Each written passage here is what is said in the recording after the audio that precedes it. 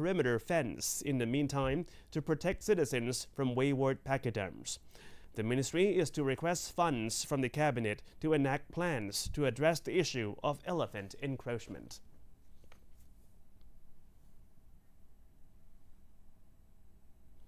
Next week, the Ministry of Finance will propose to the cabinet an increase to tax-deductible expenses as a way of helping businesses shoulder the minimum wage hike, which is set to take effect in the month of April. Businesses, especially small and medium-sized enterprises, are expected to be impacted by the minimum wage hike. The new tax measure will only apply to businesses with annual incomes of less than 100 million baht. Deputy Prime Minister Dr. Somkit Jatusipitak said it is important to raise the daily minimum wage, since the cost of living has also risen. He also cited the need for workers to improve their skills in order to cope with the ever-changing technology. The new daily wage increase between 5 and 22 baht varies from province to province, according to the tripartite National Wage Committee. However, the wage increase is still subject to cabinet approval.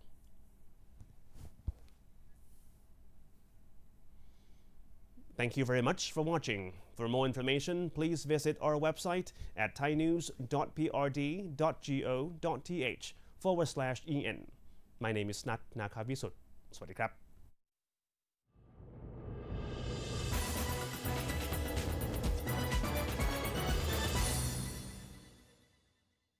The Insider this week. The role of the National Science and Technology Development Agency. Innovation company need innovation organization to be a partner.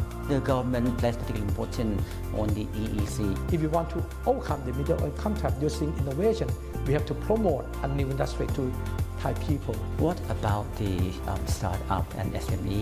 Find out more with The Insider this Sunday, 11 o'clock on NBT and NBT World.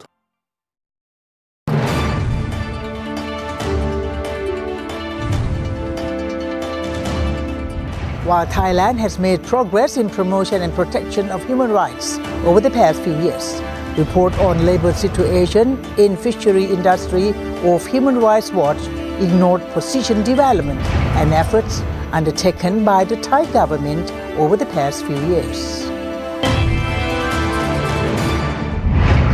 Welcome to Thailand Today program on NBT World. Today, Ms.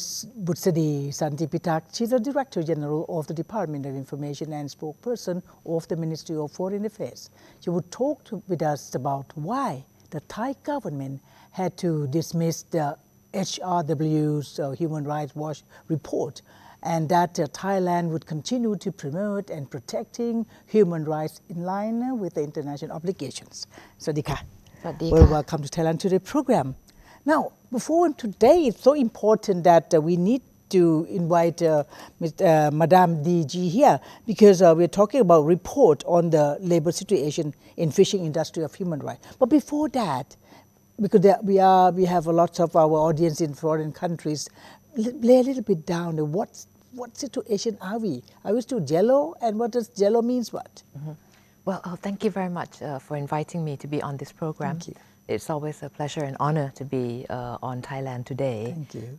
With regards to a very important subject that we are discussing today, firstly, of course, the IUU, as you know, yes. illegal, unreported, and unregulated fishing is something and big issue and a national agenda that the Thai government, in cooperation with all the relevant stakeholders, are tackling very seriously.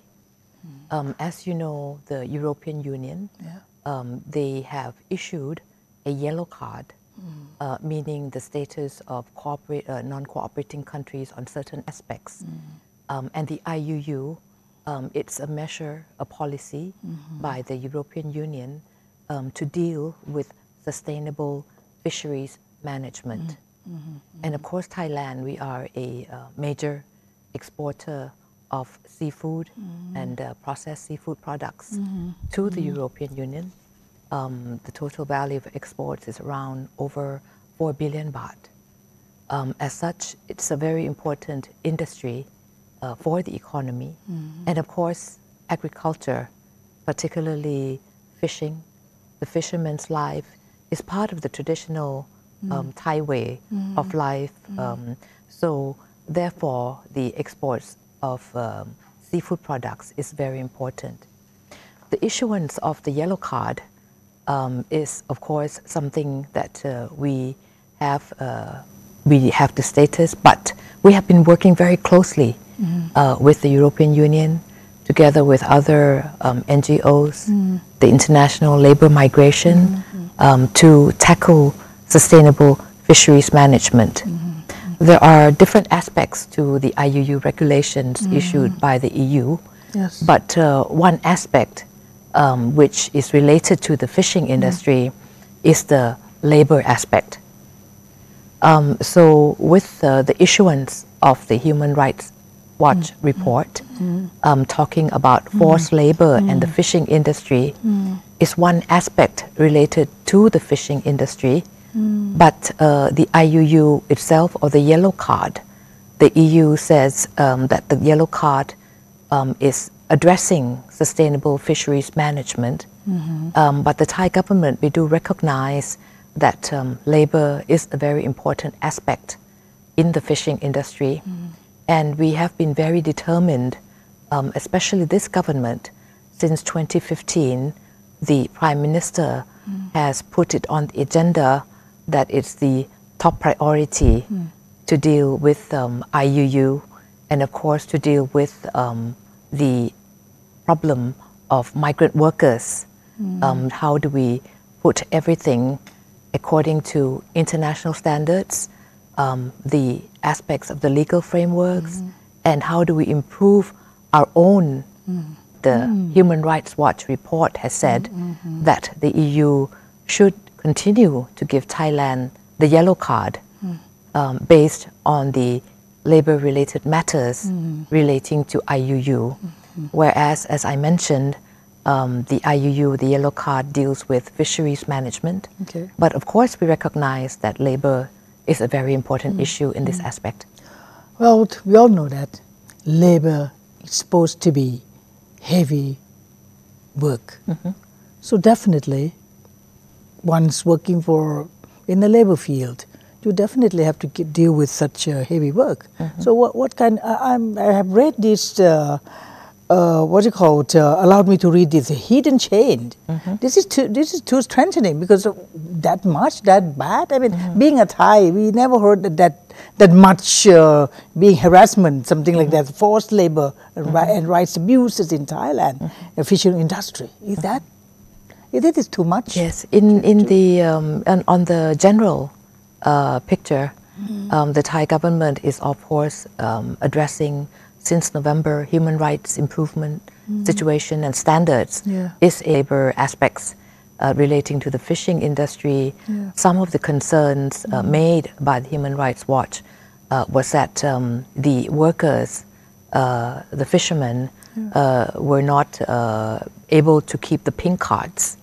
Pink cards are issued by the employers, and they are supposed to be kept with the fishermen with regards to their working hours. And another matter that the Human Rights Watch report stated was that the fishermen, the workers, were not being paid in the full amount which they are entitled to. Some other aspects relate to the overtime payment, where the fishermen or the workers have not been made. However, we note that on our part, the government has worked closely, as I mentioned, with all the relevant agencies. That is why we have a comprehensive fisheries monitoring center. We have a national committee comprising of the various key agencies dealing with fisheries, Department of Fisheries, that dealing with legal enforcement from the police side, also from the port department, dealing with the seaports, and also particularly looking at from the labor side. The labor ministry looks at the registration of workers. How do we regularize these migrant workers from undocumented migrant workers to become migrant workers? So the aspects of protection and promotion rights of these labor are, of course, the top priority in this complex issue dealing with the IUU. Yeah. If I may be allowed just to mention that the positive steps that we have taken with regards to a comprehensive approach to dealing with IUU. Since 2015, we have been the implementation of the Royal Ordinance Fisheries of 2015. It also imposes severe punishments and fines together with the execution of labor laws. So in this case, in order to tackle and eliminate labor trafficking and illegal workers on the fishing vessels. Since then, we have had more than 4,240 cases, fishery-related crimes on labor law violations brought forth to the criminal court. These, out of which 85 cases have been prosecuted for human trafficking. And 50 defendants, more than 50 defendants, found guilty, jailed with maximum sentence of 14 years, fined with a maximum of 2.5 million Thai baht, as well as we confiscate their vessels. So you see the punishments are quite severe, and it's being implemented very strictly. So with regards to the details parts where the laborers or the workers we provide the measures of how they will be paid and they will get the money. We have introduced through the Labor Ministry, they have asked that the fishery workers be paid through a via bank transfer. So you would see the record of whether the salary was made, when it was made. And that it's also a punishable offense if the employers withhold their registration documents. Moreover, the relevant recruitment agencies also have to be oversighted or inspected by the relevant authorities with regards to, they can also, they have to allow, if the workers want to change employers, they can do so. So since as of 2017, there have been more than 100,000 workers who have been able to successfully change their employers. And of course, with regards to inspection of the standards of whether it be the vessels, whether it be the seafood processing industries, there are also very strict inspection measures to these sites as well. And if they don't meet the standards set by the relevant regulations, they will of course be fined or can be closed.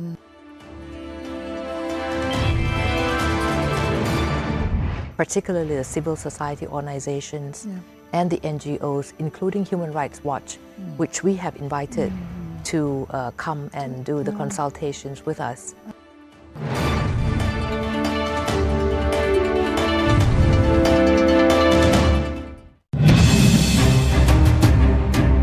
Thailand is ready to fully support the ASEAN community with the measures to promote investment and revenue benefits along with other supports, including migrant workers, infrastructure, land allocations, and industrial estate development. In addition to facilitate investment, Thailand has provided one-stop investment center for the highest capabilities of ASEAN community.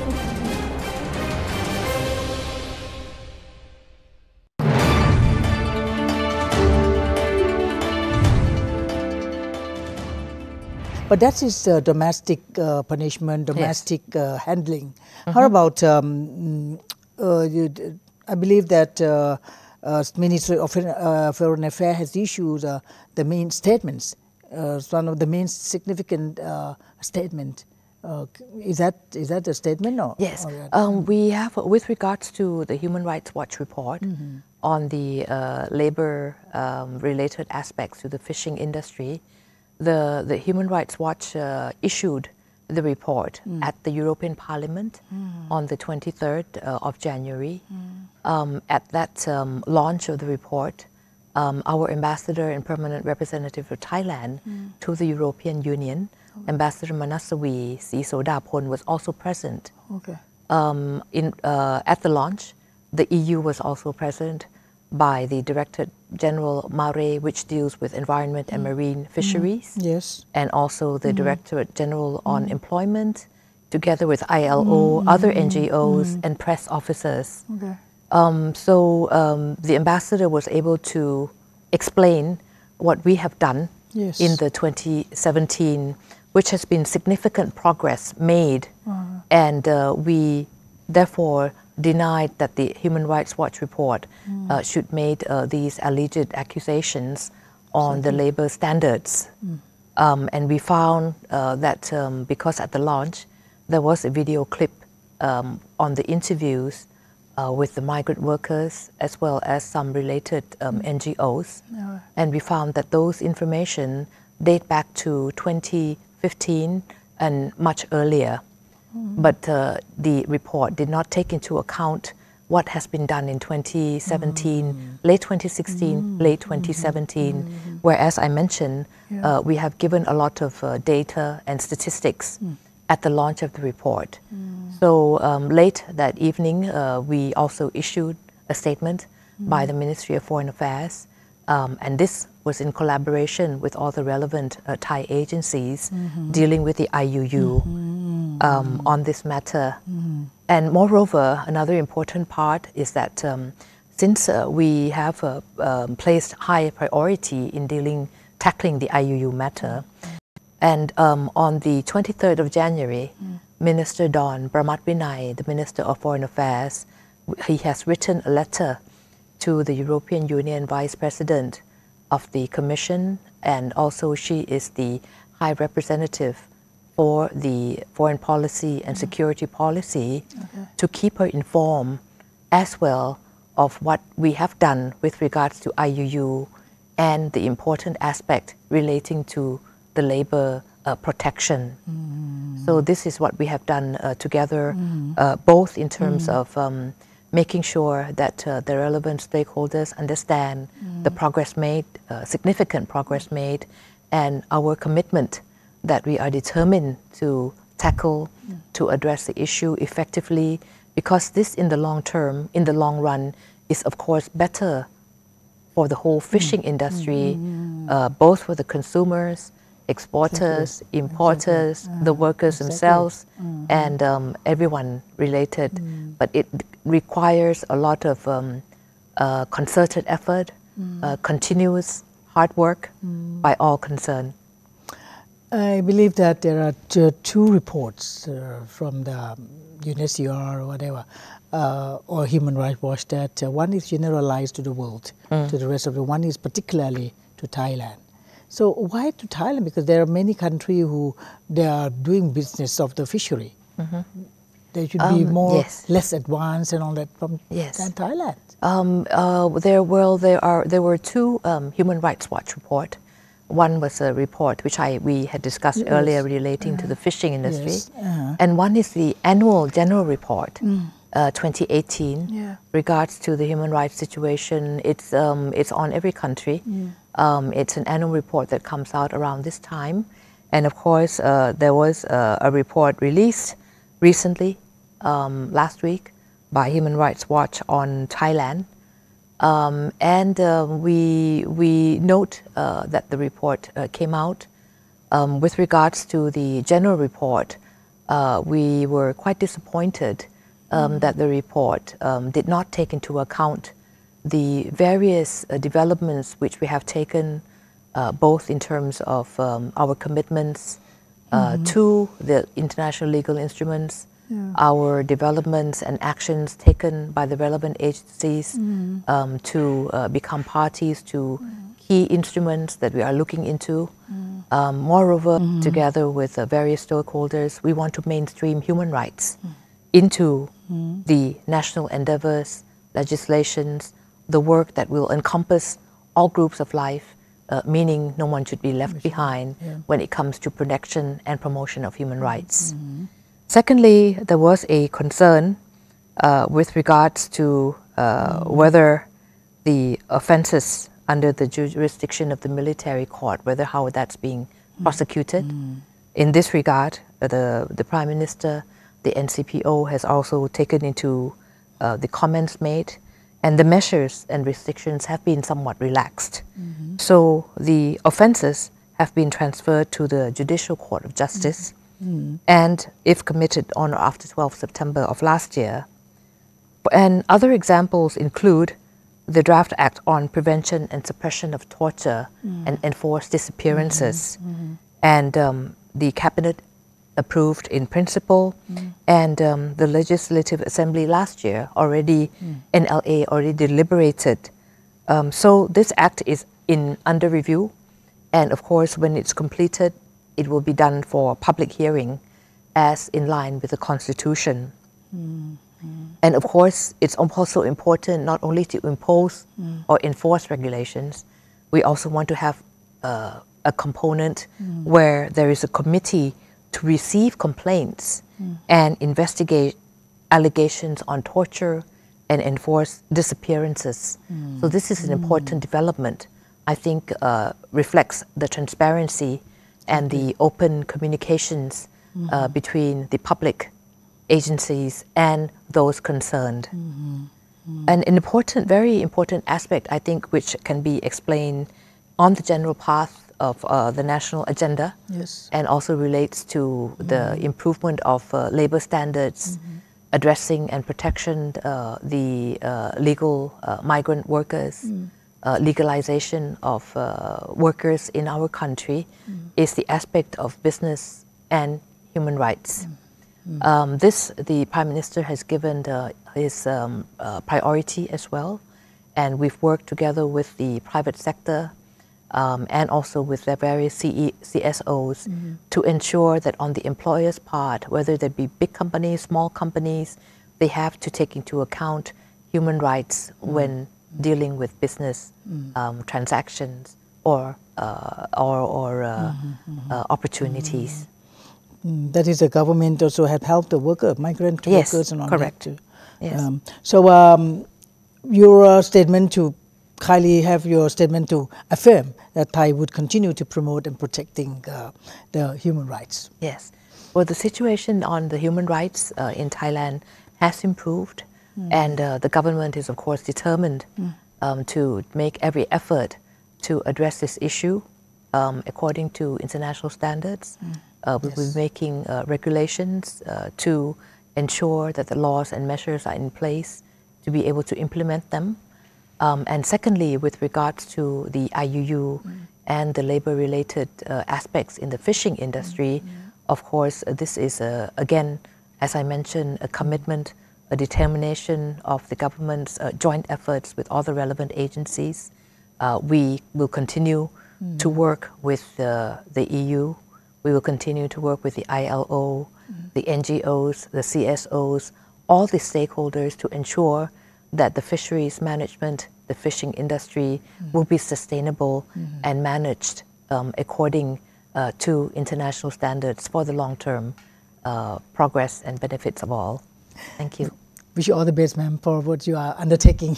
Thank you very much. Heavy and hard story anyway. So please do come back and tell us progress of this matter. Thank you very much, Khun Kusuma. We're ending up with great thanks to Ms. Putsadi Santipitak, Director General of the Department of Information, and she also spokesperson of the Ministry of Foreign Affairs. We really appreciate you here in our program. Thank you. ค่ะ สวัสดีค่ะ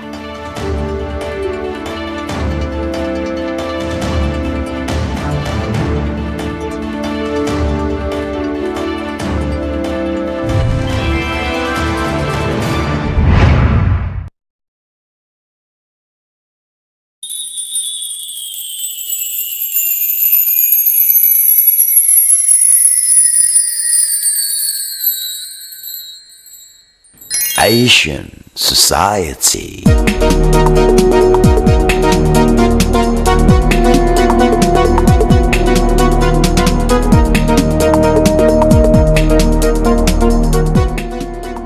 Swadika, this is Kusuma Yothasmut, and this is ASEAN Society.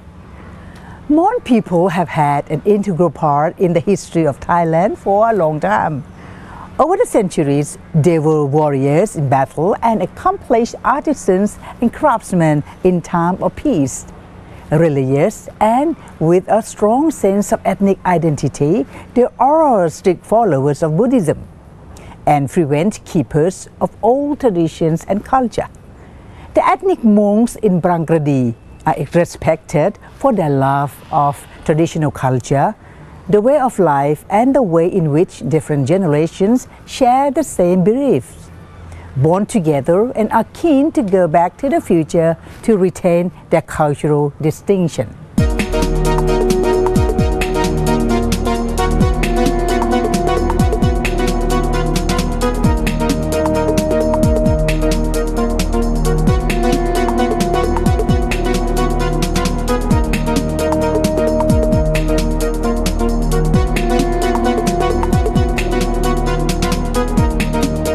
Strong cultures epitomize strong communal cohesiveness as well as strength in numbers. The Hmong community in Bangladesh is a glaring example of a flourishing cultural enclave where traditions and culture go beyond the boundary of time. This living legacy is in full view and touchable in several satellite villages. On hand to greet visitors, local alike are photographic museum and display areas showcasing individual aspects of Hmong culture and way of life. Visitors will see a mixture of local food, household items, and other necessities such as dessert, fly whisk, sash fabric, hammock, traditional costume, firewood, and decorative flags.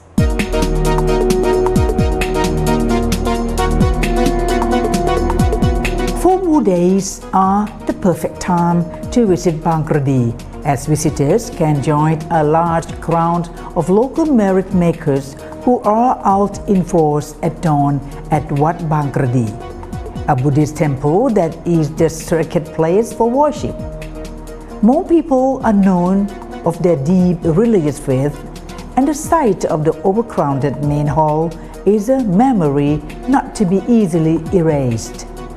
Men are dressed in folk costume with loincloths either resting on the shoulders or tied at the waist, while women are seen in traditional long tube skirts with scarves or traditional scarf for upper body known as sabai.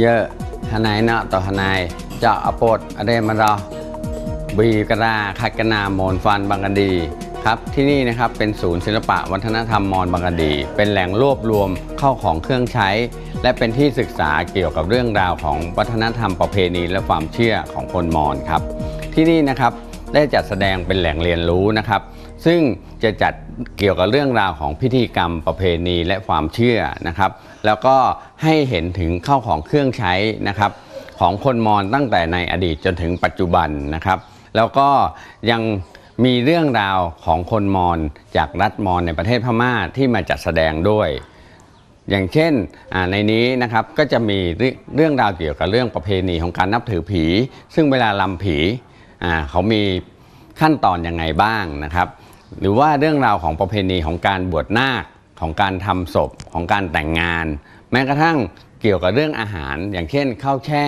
นะครับแล้วก็เรื่องของตัวอักษรมอญซึ่งจะจัดแสดงตัวหนังสือเช่นหลักศิลาจารึกภาษามอญคัมภีร์อักษรมอญและถ้วยชามภาชนะต่างๆที่คนมอญนิยมใช้ครับ Hmong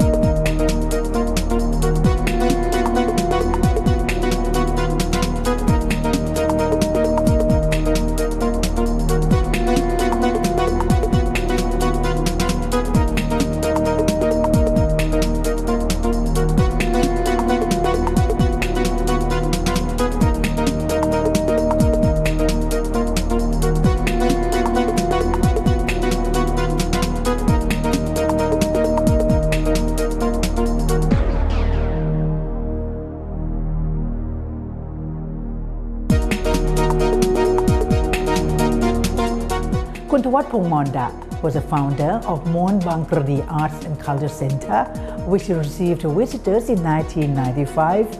ทวัฒน์ พงษ์ saw that antique hunters from outside could do to old and nearly extinct household items such as utensils, furniture, and local many 37 จังหวัดที่มีชุมชนมอญอาศัยอยู่ชุมชนมอญบางกะดีเนี่ยตั้งขึ้นมาตั้งแต่สมัยของรัชกาลที่ 4 ตอนปลายหมู่บ้านมอญบางกะดีนะครับจะมีบ้านเรือนทั้งหมด 1,700 หลังคาเรือนซึ่งจะแบ่งเป็น3หมู่ก็คือหมู่2หมู่8แล้วก็หมู่9นะครับซึ่งประชากรในนี้ทั้งหมดก็ประมาณ 5,000 กว่าคนนะครับที่นี่นะครับยังพูดภาษามอญแม้กระทั่งพระที่วัดนะครับยังสวดพระบาลีมอญครับที่นี่นะครับยังมีการสืบทอดระหว่างรุ่นสู่รุ่นนะครับโดยใช้ภาษาพูดนะครับเป็นส่วนใหญ่นะครับเพราะว่าการเรียนการสอนภาษาพูดเนี่ยมันไม่มีนะครับก็คือเราจะใช้วิธีการสอนจากในครัวเรือนคือเรามีลูกหลานเราก็จะมีการสอนลูกหลานในบ้านลูกหลานในบ้านก็จะไปกระจายแล้วก็พูดต่อเพื่อนฝูงของเขานะครับทำให้ภาษามอญของเรายังอยู่ส่วนเรื่องของภาษาเขียนหรือภาษาหนังสือนะครับก็จะมีการเรียนการสอนอยู่ที่สมาคมไทยรามันแห่งประเทศไทยนะครับซึ่งจะสอนกันทุกวันอาทิตย์นะครับแล้วก็ตอนนี้ช่วงเข้าพรรษา3 เดือนเนี่ยพระที่วัดนะครับก็ยังมีการเรียนการสอนภาษามอญในช่วงค่ำด้วยครับเดิมทีแล้วนะครับตอนนั้นผมเรียนอยู่ชั้นประถมปีที่4นะครับซึ่งเรียนอยู่โรงเรียนวัดบางกะดีแต่ทีนี้มีคณะกรรมการในชุมชนบอกจะทำพิพิธภัณฑ์ขึ้นมาที่วัดจนกระทั่งผมเรียนจบชั้นป .6 พิพิธภัณฑ์ตัวนี้ก็ยังไม่เกิดนะครับแต่ทีนี้ว่าช่วงที่ผมเรียนหนังสืออยู่ข้างนอกผมก็ยังไม่เห็นมีพิพิธภัณฑ์เลยนะครับจนกระทั่งแท้งน้ำโบราณโรงลิเกโบราณของที่วัดก็